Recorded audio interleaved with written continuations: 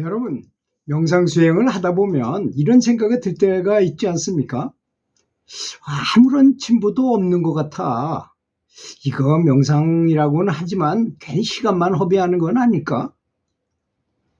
오늘은 왜 명상이 더디게 느껴지는 시간이 안 가? 그리고 어떻게 하면 진짜 진보를 체험할 수 있는지에 대해서 이야기해 보도록 하겠습니다.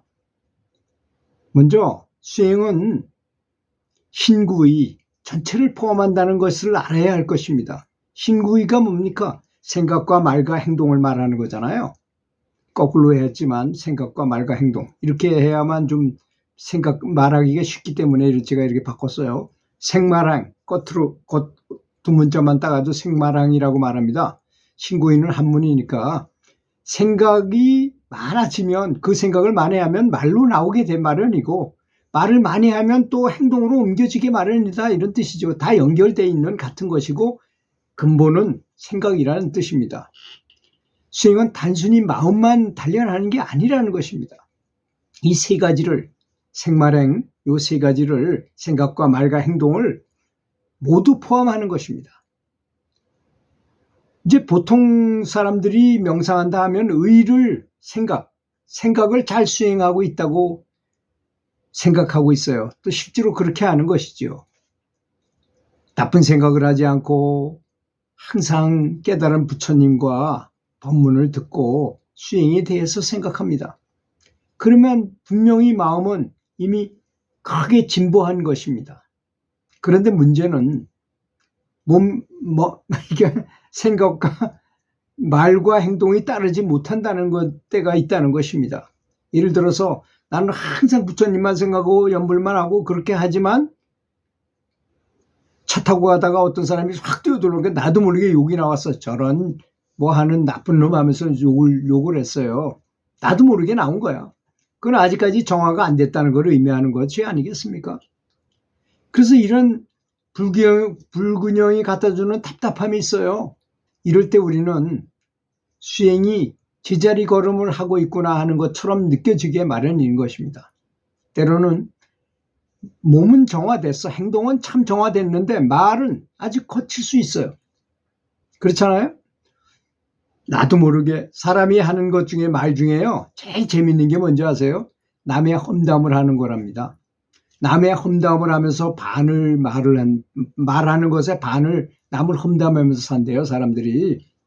남을 험담을 하거나 불평불만을 쏟아내는 버릇이 남아있으면 안 된다는 것인데 나도 모르게 그렇게 자기도 모르게 불평불만이 나오고 다른 사람은 흉을 보고 하게 돼 있어요. 또 어떤 경우는 말은 잘 절제하고 있어요. 하지만 행동이 따라오지 못하는 경우도 있어요. 행동이 게으르거나 탐욕스러운 습관이 여전히 남아있기도 한 그런 걸 말하는 거죠. 다른 사람이 좋은 물건을 갖고 있으면 갖고 싶은 생각, 다른 사람이 좋은 차를 타고 있으면 비교해가지고 나도 저런 차를 탔으면 또 예쁜 아내를 갖고 있는 사람을 보면 저런 아내를 갖고 싶다든지 뭐 이런 생각을 말하는 것입니다. 그럴 때 아무런 진전이 없는 것 같다는 생각이 드는 것입니다. 하지만 사실은 불균형이 문제일 뿐 수행 자체가 헛된 것은 절대 아니라는 것을 알아야 될 것입니다. 그래서 부모와 아이의 비유를 좀 들어보겠습니다. 부모가 아이와 함께 길을 간다고 한번 생각해 보세요. 부모는 어른이니까 다리도 길고 힘도 세니까 목적지를 향해 빠르게 걸어가고 있습니다. 근데 애들은 호기심이 많아요.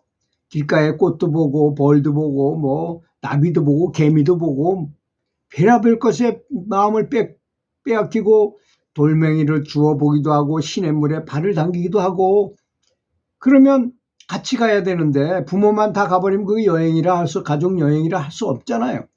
그래서 결국은 부모는 멈춰서서 아이가 얘 그거 빨리 보고 와라.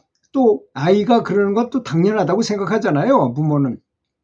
그래서 아이가 다 따라올 때까지 기다릴 수밖에 없게 된다는 것입니다. 우리 신구의 수행도 똑같습니다. 생각은 이미 빨리 앞서갔는데 나는 생각은 이미 부처님처럼 됐는데 자비심도 많고 항상 생각하는 것도 그렇고 항상 관세음보살만 생각하는데 몸이나 말이 뒤처져 있다면 진보는 전체적으로 멈춘 것처럼 보일 수밖에 없게 된다는 것입니다.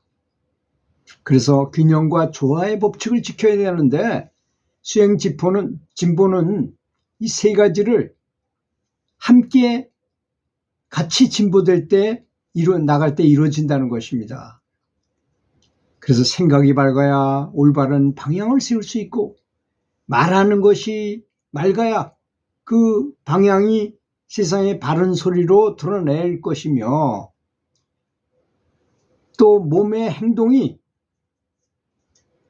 맑아야 바른 행동이 실현될 수 있습니다. 셋 중에 하나라도 뒤처지면 나머지 두 가지는 반드시 그 자리에 멈추게 되어 있습니다. 즉 수행의 핵심은 바로 이런 균형을 맞추라는 것입니다. 어느 한쪽만 앞서 나가는 수행은 결코 오래가지 못합니다.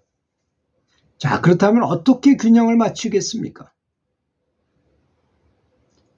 먼저 생각은 하루에 짧게라도 부처님을 떠올리고 감사의 마음을 되새기면서 부처님의 자비심에 대해서 무량하다는 그 자비심, 자비이사 사무량심을 생각하듯이 그런 생각을 많이 하는 것입니다. 두 번째, 말은 하루에 한 번은 의식적으로 좋은 말을 하고 험한 말을 줄이는 연습을 해야 될 것입니다. 항상 말을 해도 좋은 말, 감사하다는 말을 많이 하면 이런 게 줄어들 수 있다고 그랬죠. 험한 말이 나오려면 감사함으로 더덮어버리고. 다음 행동, 작은 행동이라도 수행과 연결해 보는 것입니다. 예를 들어서 남을 돕거나 바른 자세로 앉아서 염불을 하는 것부터 시작해도 좋습니다. 그냥 쓸데없이 밖으로 돌아다니면서 뭐 이거 저거 쇼핑하고 하지 말고 이런 행동을 하는 것을 게으르지 말고 이런 거 작은 습관을 모아서 세 가지가 균형을 이루게 됩니다. 만약 수행이 더디다고 느껴질 때는 이렇게 기억하세요. 신구의, 즉 생각과 말과 행동, 이 세 가지 중 무엇이 나는 뒤처져 있는가? 어느 한쪽이 아이처럼 놀고 있다면 그것을 기다려주고 함께 끌어올려야 된다는 것입니다. 훈련을 많이 해야 된다는 얘기죠. 그럴 때 수행은 비로소 균형을 이루고 눈에 보이는, 확연히 보이는 진보가 찾아오게 됩니다. 여러분, 지금 당장은 느리더라도 조화롭게 걸어가면 반드시 목적지에 도달할 수 있습니다. 오늘도 함께 해주셔서 고맙습니다. 좋아요, 구독, 알림 설정 잊지 마시고요. 다음 시간에 더 깊은 수행 이야기로 찾아뵙겠습니다.